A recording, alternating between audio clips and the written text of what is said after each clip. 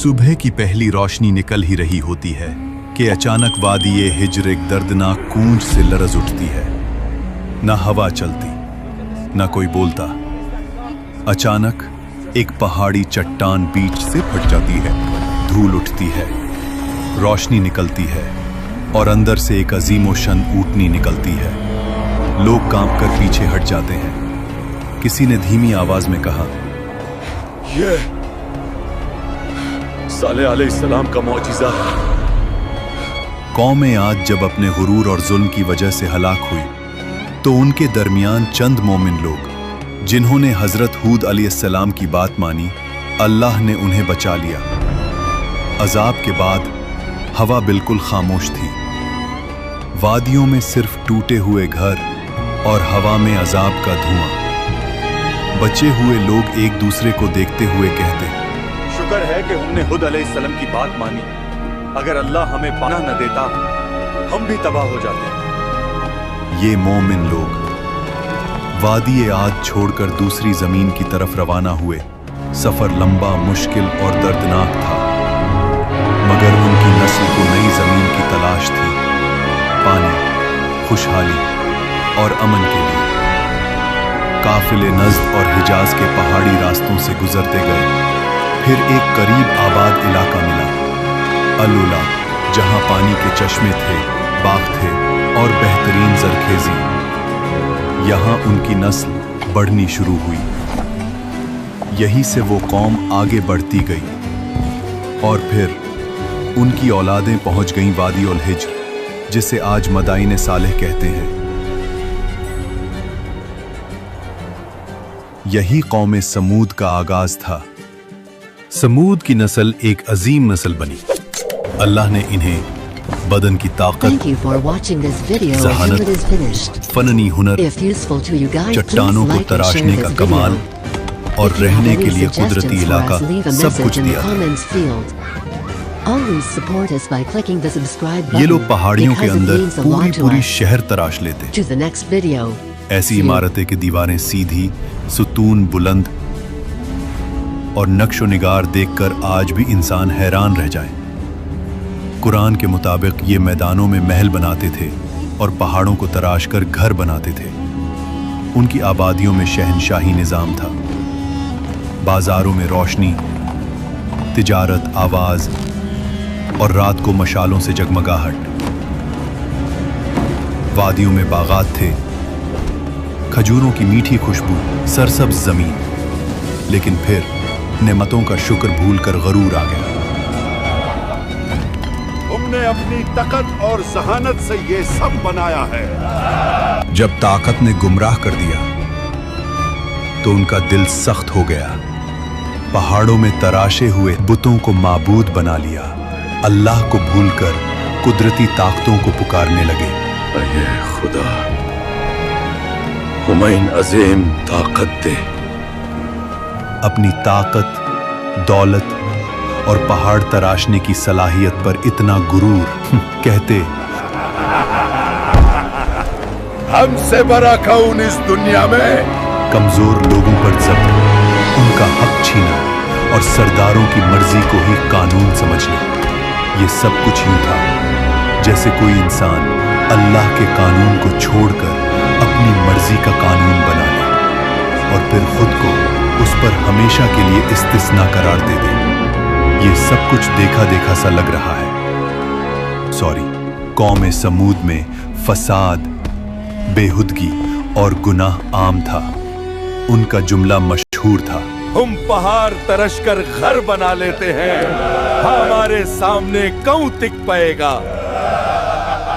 वो नेमतों को अपनी ताकत समझने लगे। ये भूल गए कि अल्लाह ही देता है, अल्लाह ही छीन लेता है। इसी वादी में एक मुअज़्ज़िज़ खानदान उबैद बिन मस के घर एक नूरानी बच्चा पैदा हुआ, सालेह अलैहिस्सलाम। बचपन से ही नरमी, हिकमत, नूर, सोच की गहराई, हक की तरफ दिल का मेल, सब कुछ उनमें नुमाया था। कौम के बुजुर्ग अक्सर कहते, ये लड़का आम नहीं, इसकी बातों में काफी गहराई है। जब वो जवान हुए उनका रवैया बिल्कुल मुख्तलिफ था। दुनिया की चमक उन्हें न खींचती। वो अकेला वक्त गुजारकर अल्लाह को याद करते। फिर एक रात अल्लाह ने उन्हें नबूवत अता फरमाई।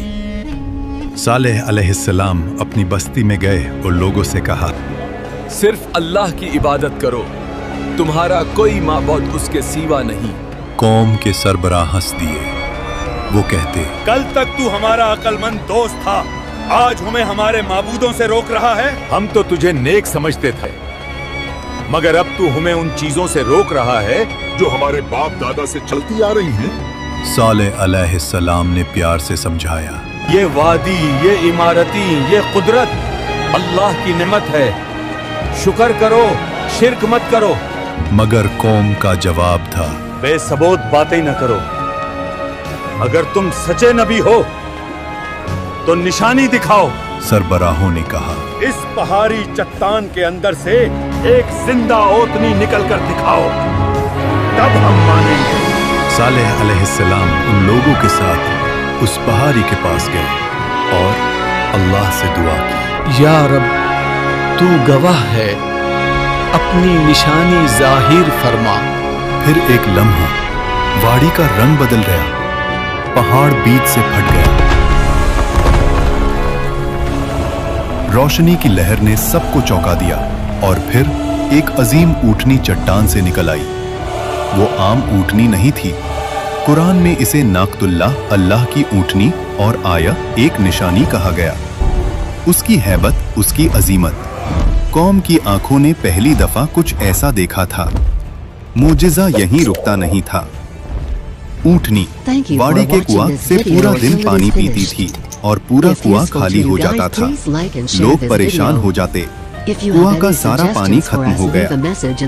मगर अल्लाह ने इसका मुआवजा भी दिया था।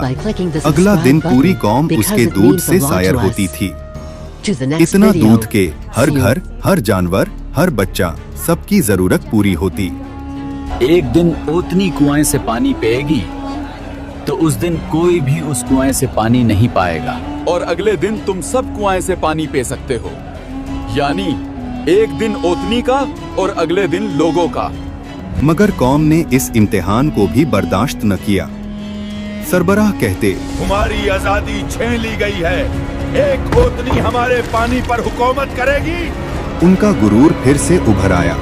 जब कुछ लोग ईमान लाने लगे, सरबराहों के चेहरे पर हिरासत और हिरस की लाल हवा उभरी। उन्होंने कहा, इस ऊँटनी की वजह से सालेह की इज्जत बढ़ रही है। अगर हमने कुछ न किया, कौम उसके पीछे चल पड़ेगी। फिर उन्होंने साजिश रची, इस निशानी को मिटा दो, सालेह का आसर भी मिट जाएगा। एक अमीर औरत बोली, जो इस ओतनी को मार डाले, मैं अपनी बेटी की उससे शादी करवा दूंगी।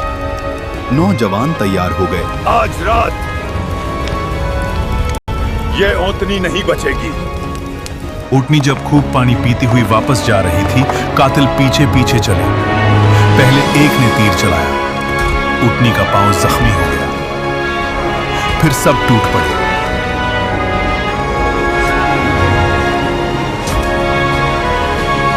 और एक हमले में उस निशानी को कत्ल कर दिया। कौम चीख उठी, हमने ऊँटनी को मार डाला, अब सारा पानी हमारा है। यही वो जुर्म था जिस पर अजाब का वादा था। सालेह अलैहिस्सलाम आए, उनका चेहरा पीला, आंखों में आंसू। तुमने क्या कर डाला? अल्लाह की निशानी का कत्ल किया। अब तुम्हारे पास सिर्फ 3 दिन हैं। अजाब? हमें कुछ नजर नहीं आ रहा। मगर फिर अजाब का काउंटडाउन शुरू हुआ। पहला दिन, चेहरे जर्द हो गए। दूसरा दिन, चेहरे सुर्ख, हवा गर्म, आसमान लाल।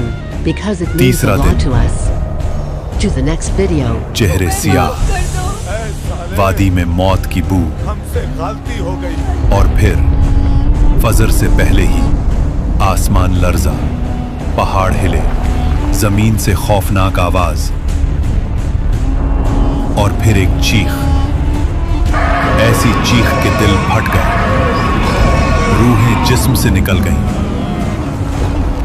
कौम के सब लोग अपने घरों में उल्टे पड़े रह गए। कुरान में आया है, एक चीख ने उन्हें पकड़ लिया। कौम समूद खत्म हो गई। सालेह अलैहिस्सलाम वादी के किनारे पर रुककर कहते, मैंने तुम्हें समझाया था, मगर तुम नसीहत को पसंद नहीं करते थे। मैदान सालेह आज तक गवाही देती है कि जब अल्लाह की निशानी का इनकार हो तो कौमें इमारतों से नहीं बचती, ईमान से बचती हैं। अगर तुम्हें ये कुरानिक कहानी पसंद आई हो तो वीडियो को लाइक करो, कमेंट्स में लिखो तुम अगले एपिसोड में किस कौम की कहानी देखना चाहते हो, और चैनल को सब्सक्राइब करना मत भूलना।